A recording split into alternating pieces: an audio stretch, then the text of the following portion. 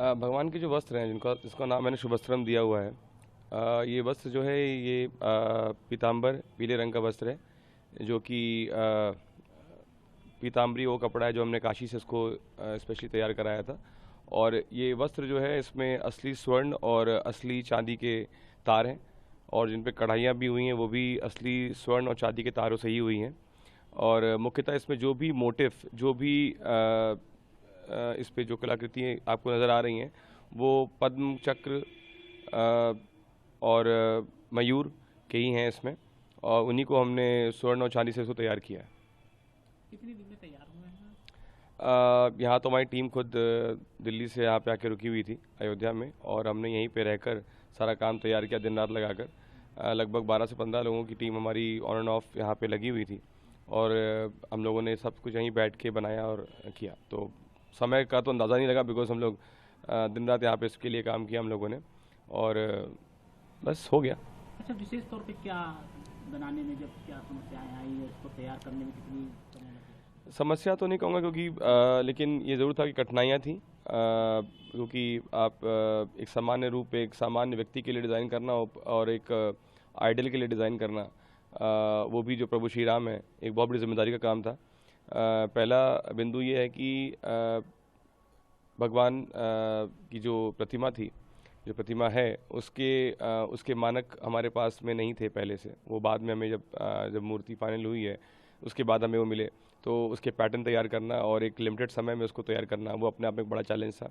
दूसरा, नॉर्मल सामान्य रूप पे एक व्यक्ति बता पाता है कि उसे क्या चाहिए, क्या नहीं चाहिए, क्या कैसे पहनना है, क्या फिटिंग है, लेकिन यहाँ पे प्रतिमा को क्या अच्छा लगेगा, क्या शोभा देगा, क्या दिखेगा अच्छा, वो एक चयन करना एक मुश्किल काम था। लेकिन ये विषय सिर्फ पोशाक बनाने का नहीं था, ये विषय कपड़े का और डिज़ाइन का नहीं था, ये विषय करोड़ों लोगों की आस्था का था, जो पिछले 500 सालों से अपने प्रभु श्री राम का इंतज़ार कर रहे थे।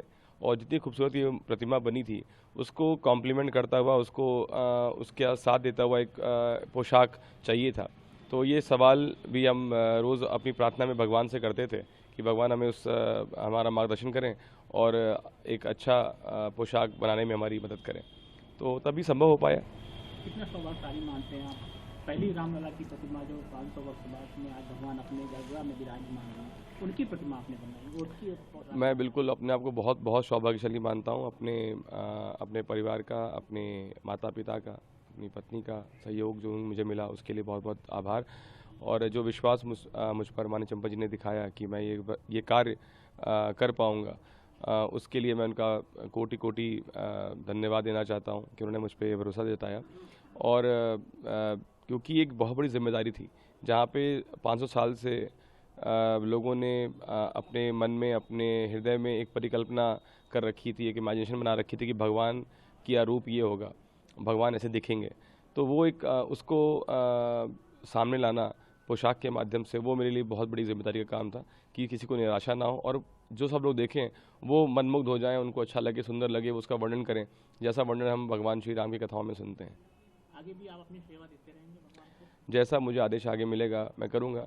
और आपसे बात करने का जो मेरा उद्देश्य यही था, क्योंकि मुझे लगा कि जिस तरह की लोगों के पास शायद सही खबर नहीं है, और वो लोग कुछ भी बनाकर अपना न्यूज़ चला रहे थे, तो मुझे लगा कि आपके माध्यम से कम मैं इस बात की पुष्टि कर दूं, और कम से कम इस बारे में बता पाऊं कि कम से कम जो जनता जनार्दन है, जो श्रद्धालु हैं, भक्त हैं, जिनकी आस्था जुड़ी हुई है, एटलीस्ट उनको पता रहे कि वो उनके भगवान पे क्या चीज़ सुसज्जित है, क्या चीज़ भगवान ने उनकी उड़ी हुई है। ऐसे ही और खबरों के लिए देखते रहें यूपी न्यूज़ 18 और हमारे चैनल को लाइक, सब्सक्राइब करें।